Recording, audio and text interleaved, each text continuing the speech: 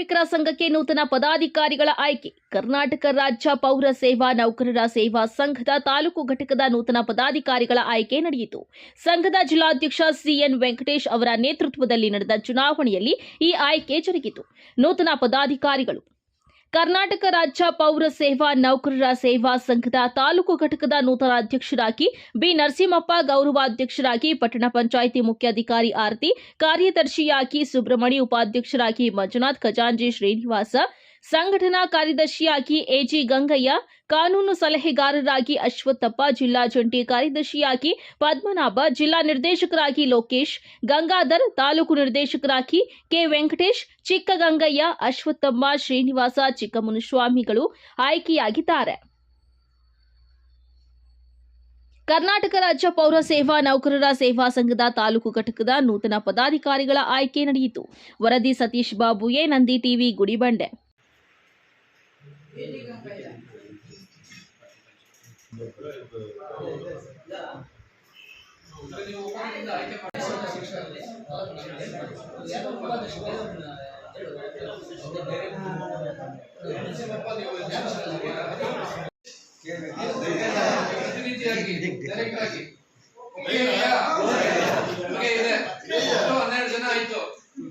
ನೋಡಿ ಮತ್ತೊಮ್ಮೆ Narasimhappa, Manjunatha, Subramani, Srinivasa, AG Gangaiah, Ashwathappa, ಚಿಕ್ಕಗಂಗಪ್ಪ, Ashwathamma, ಚಿಕ್ಕಗಂಗಯ್ಯ,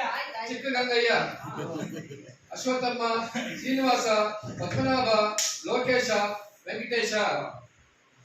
correct ಆಗಿದೆ. 12 ಜನ. 10 ಜನ ನೀವು ಇಲ್ಲಿರ್ತೀರಿ, 2 ಜಿಲ್ಲಾ ಪ್ರತಿನಿಧಿಯಾಗಿರ್ತಾರೆ. ಸಮ್ಮತಿ ಇದೆಯಾ ಎಲ್ಲ ನೌಕರಿಗೆ? ಇದರಲ್ಲಿ ಈಗ ಅಧ್ಯಕ್ಷರು, ಉಪಾಧ್ಯಕ್ಷರು, ಕಾರ್ಯದರ್ಶಿ ನೀವು ಆಯ್ಕೆ ಮಾಡ್ಕೋಬೇಕಾಗುತ್ತೆ.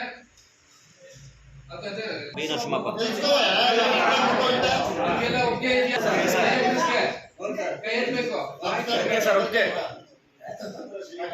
ಉಪಾಧ್ಯಕ್ಷರ ಇಲ್ಲಿ ಬಂದಿದ್ದಾರೆ.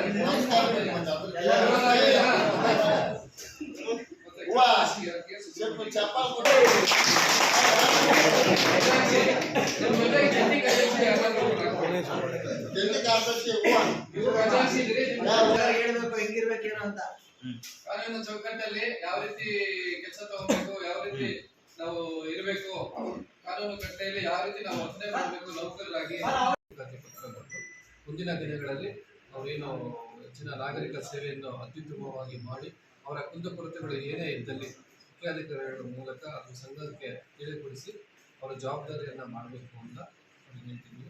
ಏನು ನೂತನವಾಗಿ ಏನು ಆಯ್ಕೆ ಆಗಿದ್ದಾರೋ ಎಲ್ಲ ಪದಾಧಿಕಾರಿಗಳಿಗೆ ಅವರಿಗೆ ಏನು ನಮ್ಮ ರಾಜ್ಯ ಸಂಘ, ಕರ್ನಾಟಕ ರಾಜ್ಯ ಪೌರ ಸೇವಾ ಸಂಘದಿಂದ ಅವರಿಗೆ ಅಭಿನಂದನೆಯನ್ನು ಸಹ ಸಲ್ಲಿಸ್ತಾರೆ.